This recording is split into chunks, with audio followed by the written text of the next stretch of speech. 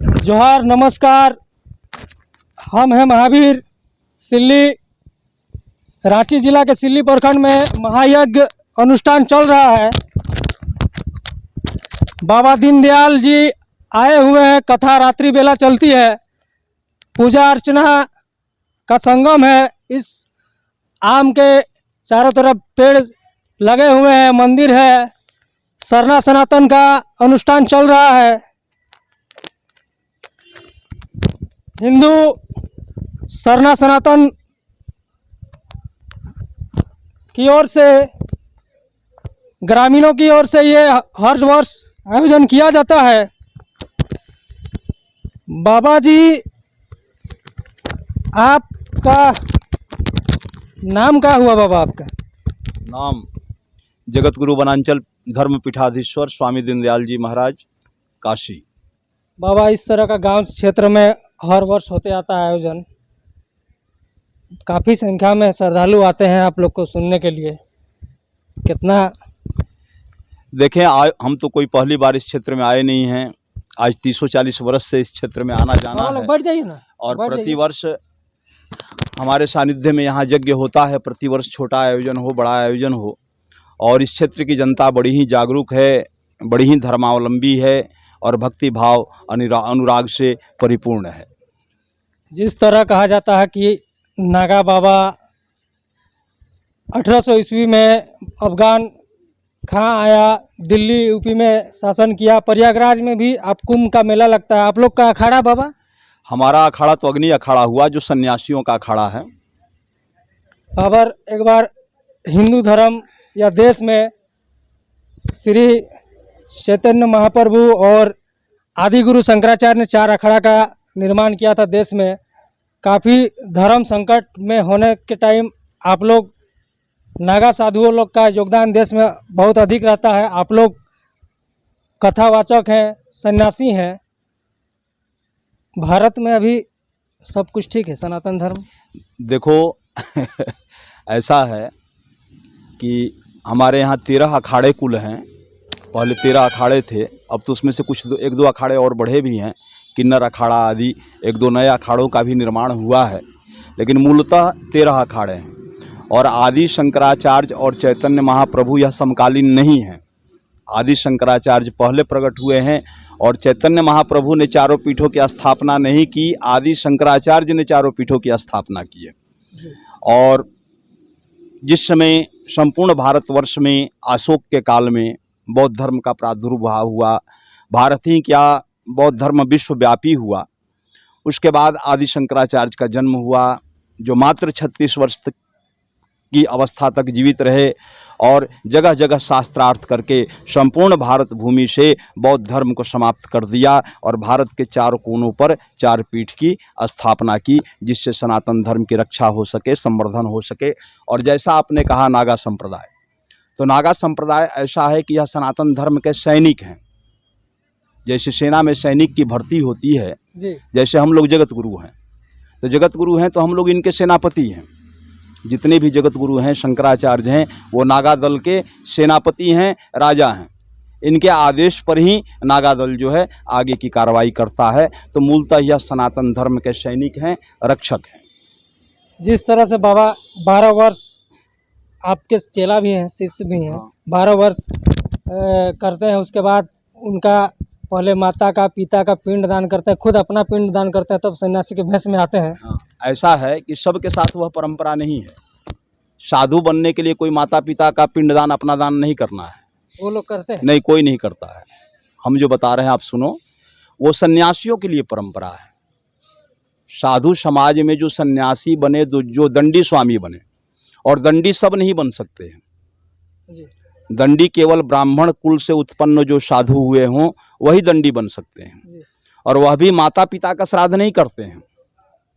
वह अपने शरीर से अपना श्राद्ध कर्म करते हैं, जीवित रहते हुए अपना श्राद्ध कर्म आदि करके, बिरजा होम आदि करके गंगा जी में स्नान करते हैं, बाहर निकलते हैं, अपना लंगोटी तक गंगा जी में फेंक करके निकलते हैं कि अब यह शरीर तो शव के समान हो गया, शववत हो गया, इस शरीर का कोई महत्व नहीं। वह मृत शरीर अपने को मान लेते हैं और जो दंड धारण कर लेते हैं, हमारे यहाँ शास्त्रों में आया, दंड धारण मात्रेण नरो नारायणात् भवेत, दंड धारण करने मात्र से जीव जो है वह नारायण का स्वरूप हो जाता है। बाबा, चूंकि आप रांची जिला में हैं, आदिवासी घनघोर क्षेत्र है, यहाँ अभी कुछ दिन से आदिवासी बहुल क्षेत्र में कुछ दिन से सरना धर्म कोड का मांग एगो जोरदार चला, आप सुने होंगे बाबा, है ना? जी जी तो सरना धर्म वाली, सनातन धर्म वाली दोनों साथ हैं, जी। उसको कुछ बोलिएगा। ऐसा है, देखो, सरना कोई हमसे अलग नहीं, यह सनातन धर्म की ही एक शाखा है। हमारा आदिवासी समाज जो है यह प्रकृति पूजक है। सरना में यह भगवान शिव की पूजा करते हैं और चाला के रूप में माँ पार्वती का पूजन करते हैं। सरना के रूप में भगवान शिव का पूजन है और चाला के रूप में माता पार्वती का पूजन है। तो कहीं न कहीं यह शिव शक्ति के उपासक हैं तो यह शुद्ध सनातन धर्मी ही।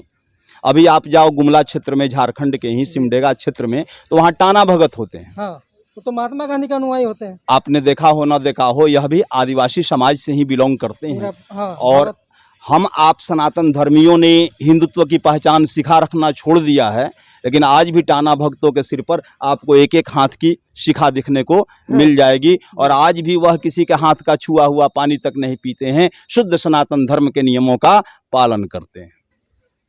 तो इस तरह बाबा का कहना था। उनके कुछ शिष्य भी हैं, बात कर सकते हैं बाबा? शिष्य महाराज जी के शिष्य भी हैं।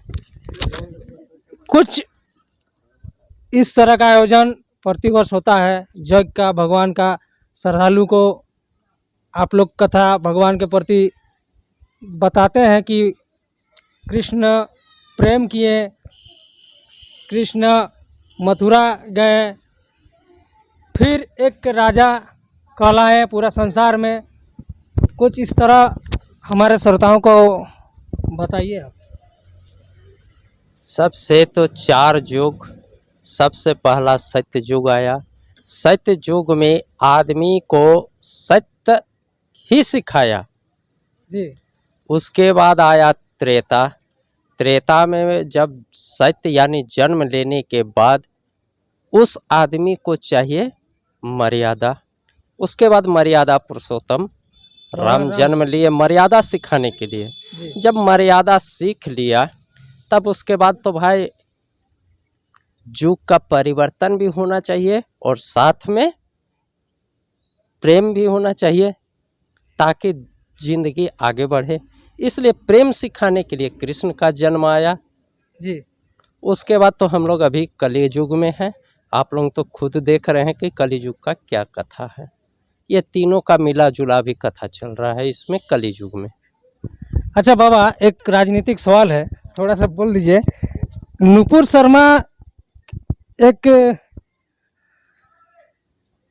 आप मोहम्मद साहब के बारे में कुछ बोली, देश में घमासान हुआ, जगह जगह पथराव, मंदिर में, रांचियों में घटना घटा, अभी उदयपुर में घटना घटा है, एक कन्हैयालाल करके व्यक्ति का हत्या हुआ। तो इसमें कुछ देखो, ऐसा है कि हम लोग राजनीतिक विवादों से दूर रहना चाहते हैं जी। और राजनीति पर आप हमसे कमेंट न ले, यही बेहतर है। योगी महाराज जी यूपी में कुछ बोलिएगा। ठीक है, योगी जी का काम बढ़िया है जी। लेकिन देखो, महात्माओं के द्वारा राजनीति की परंपरा का सूत्रपात इस भारतवर्ष में जवाहरलाल नेहरू के समय में ही जी। धर्म सम्राट अनंत श्री विभूषित स्वामी करपात्री जी महाराज ने किया था। जी। उन्होंने सर्वप्रथम कांग्रेस के विरुद्ध में राम राज्य परिषद नामक पार्टी बनाई जी। और संपूर्ण भारतवर्ष में लोकसभा की लगभग 30 सीट भी जीते जी। जिसमें भाजपा आदि इनका अस्तित्व भी नहीं था, जन्म भी नहीं था, ये जनसंघ था जी। उस समय, जन्म भी नहीं था। तो स्वामी जी महाराज ने उस समय हिंदुत्व की राजनीति प्रारंभ की।